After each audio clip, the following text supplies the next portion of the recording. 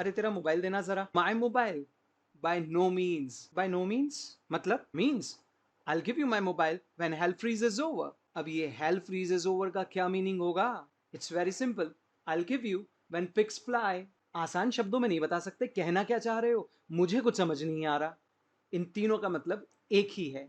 अच्छा एक बात बताओ, पिग मतलब सुअर को तुम्हें क्या लगता है, तुमने कभी उड़ते हुए देखा है या उम्मीद है कि उसे कभी उड़ते हुए देखोगे?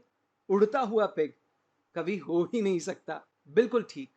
इसी तरह से नर्क एक ऐसी जगह है, हेल, जहां पर एक इंसान को जलना पड़ता है। वहां शीतलता नाम की कोई चीज नहीं होती है, वहां कहीं कभी ठंडक नहीं होने वाली।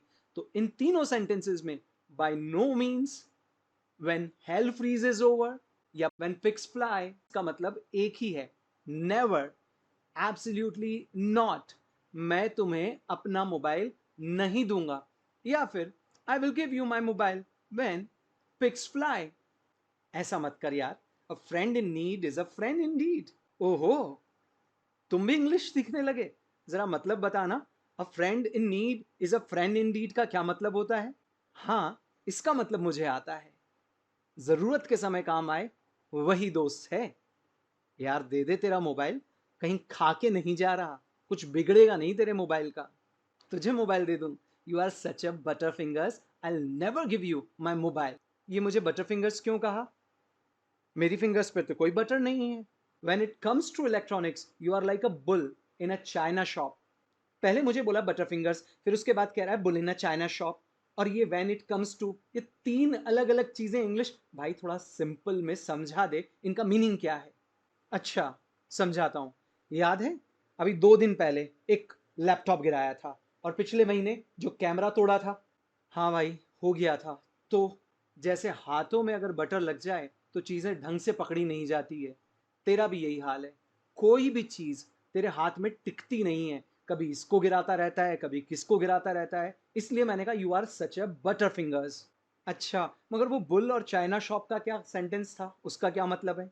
हाँ, वो भी तेरे लिए कहा था, like a bull in a china shop.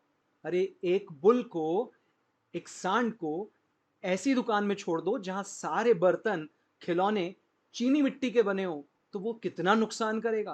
तो बिल्कुल वैसा ही है, when it comes to electronics you are like a bull in a china shop. अरे ठीक है, कर ले बेइज्जती, बट वो व्हेन इट कम्स टू ये क्यों लगाया तूने? व्हेन इट कम्स टू का बहुत सिंपल मीनिंग है, जब भी इस चीज की बात हो। जैसे when it comes to money he is miser, जब भी पैसे की बात हो वो आदमी कंजूस है। When it comes to duty, he is completely irresponsible.